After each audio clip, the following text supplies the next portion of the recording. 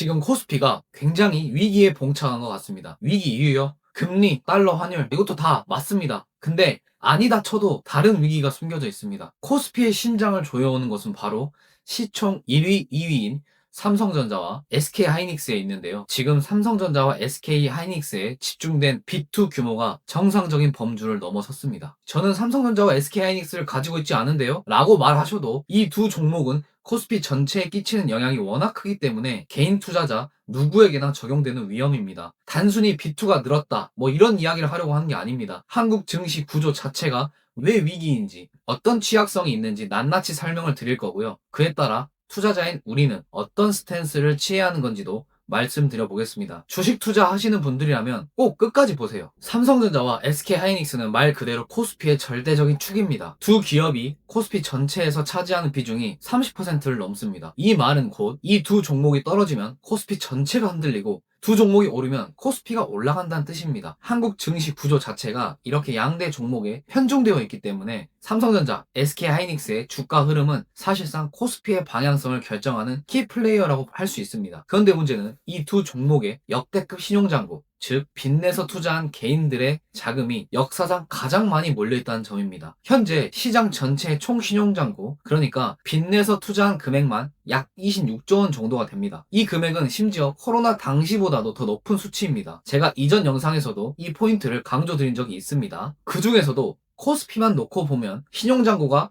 약 16조 7천억 원인데 놀라운 사실은 이 가운데 2조 6천억 원, 전체의 약 16%가 삼성전자와 SK하이닉스 단 두 종목에 몰려있다는 점입니다. 개인이 빚내서 사고 있는 종목이 어디인지 보면 답 나오죠. 사실상 신용잔고의 중심이 반도체 두 종목입니다. 특히 SK하이닉스는 올해 주가만 250% 넘게 상승했습니다. SK하이닉스처럼 1년 사이에 2배에서 3배 급등한 종목들은 유튜브나 투자 커뮤니티, 뉴스 기사에서 끊임없이 언급됩니다. 주가가 급등하니까 사람들이 이걸 놓치면 안 된다는 심리로 몰리면서 최근 3개월간 신용잔고 증가 1위가 SK하이닉스 그리고 2위가 삼성전자입니다. 특히 이미 다른 종목에 물려있거나 또는 투자할 현금이 없는 투자자들은 이대로 가만히 있다가는 기회를 놓친다는 조급함에 결국 빚을 내서 올라타게 됩니다. 남들이 다 버는 것처럼 보이니까 뒤늦게 빚을 내서까지 올라탄 투자자가 폭발적으로 증가한 상황이라고 이해하시면 됩니다. 이렇게 빚내서 올라탔는데 또 올라요. 그러면 어떻게 될까요? B2에 대한 성공 경험이 쌓입니다. 봐라,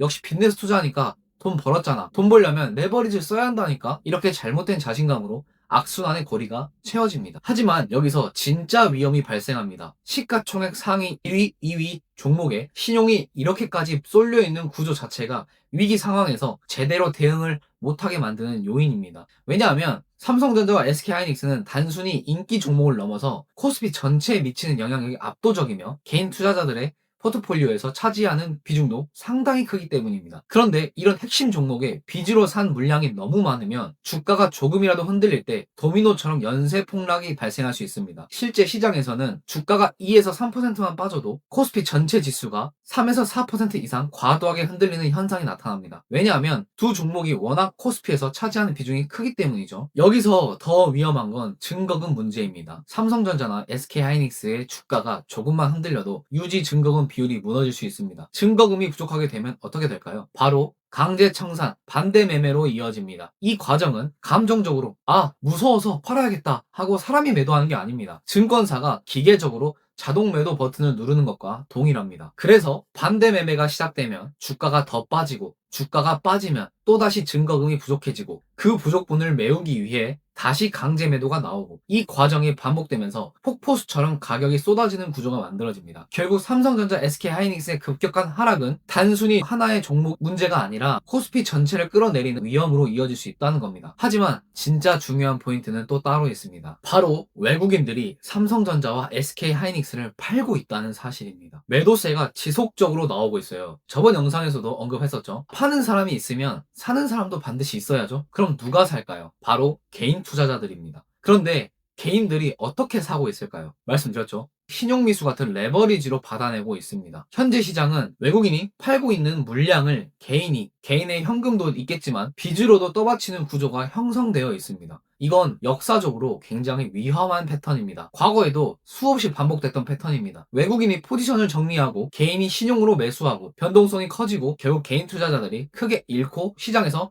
방출되는 구조, 이 흐름이 지금 다시 재현되고 있는 겁니다. 그래서 지금 시장을 한번 정리해보면 다음과 같습니다. 반도체 슈퍼사이클 기대감은 살아있죠. 주가는 이미 상당히 올라와 있는 상황이긴 합니다. 신용자본은 사상 최고 수준입니다. 외국인은 매도, 개인은 매수하고 있고 또 상당 부분 비주로 매수하고 있는 겁니다. 게다가 삼성전자, SK하이닉스는 지수 영향력이 압도적입니다. 이 모든 조건이 겹치면 위험 신호가 점점 짙어지는 국면이라고 볼 수 있습니다. 자, 근데 여기서 영상을 끝내면 의미가 없죠. 중요한 질문이 나와야죠. 그럼 우리 같은 개인 투자자들은 어떻게 대응해야 하는가? 물론 주가가 더 갈 수도 있습니다. 시장은 누구도 100% 예측할 수 없어요. 하지만 만약 큰 폭락이 온다면 그때를 오히려 기회로 삼아 초우량주 중심으로 분할 매수, 분할 매도를 하는 겁니다. 일명 줍줍 전략을 준비하겠죠. 그리고 지금처럼 변동성이 커진 시장에서는 현금 비중을 반드시 어느 정도 유지하는 전략이 필요합니다. 현금이 있어야 기회가 왔을 때 대응이 가능해요. 그리고 가장 중요한 제가 감히 드릴 수 있는 조언은 빚내서 투자하는 건 부동산을 제외하고는 절대 권하지 않습니다. 왜냐하면 금융투자는 기간과 금액의 데드라인, 즉 압박이 있기 때문입니다. 강제 청산이라는 시한폭탄을 안고 투자하는 거라서 훨씬 더 어렵습니다. 게다가 지금은 달러도 비싼 시기입니다. 달러가 비싸면 외국인 입장에서는 달러가 높은 가격이고 한국 주식 많이 올랐네 하면서 팔고 나가면 수익률이 극대화되는 거예요. 외국인이 언제든지 매도를 하고 나갈 수 있는 환경이라는 겁니다. 오늘 영상이 여러분의 투자 판단에 조금이나마 도움이 되셨다면 구독과 좋아요 부탁드리겠습니다. 또 추가적으로 제가 어떤 종목을 실제로 매수하고 있고 수익 인증에 대한 부분 그리고 투자 과정에서 느끼는 생각들을 모두 제 블로그에다가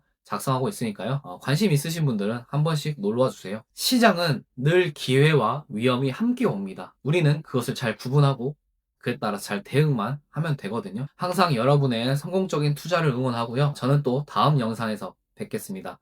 오늘도 파이팅입니다. 감사합니다.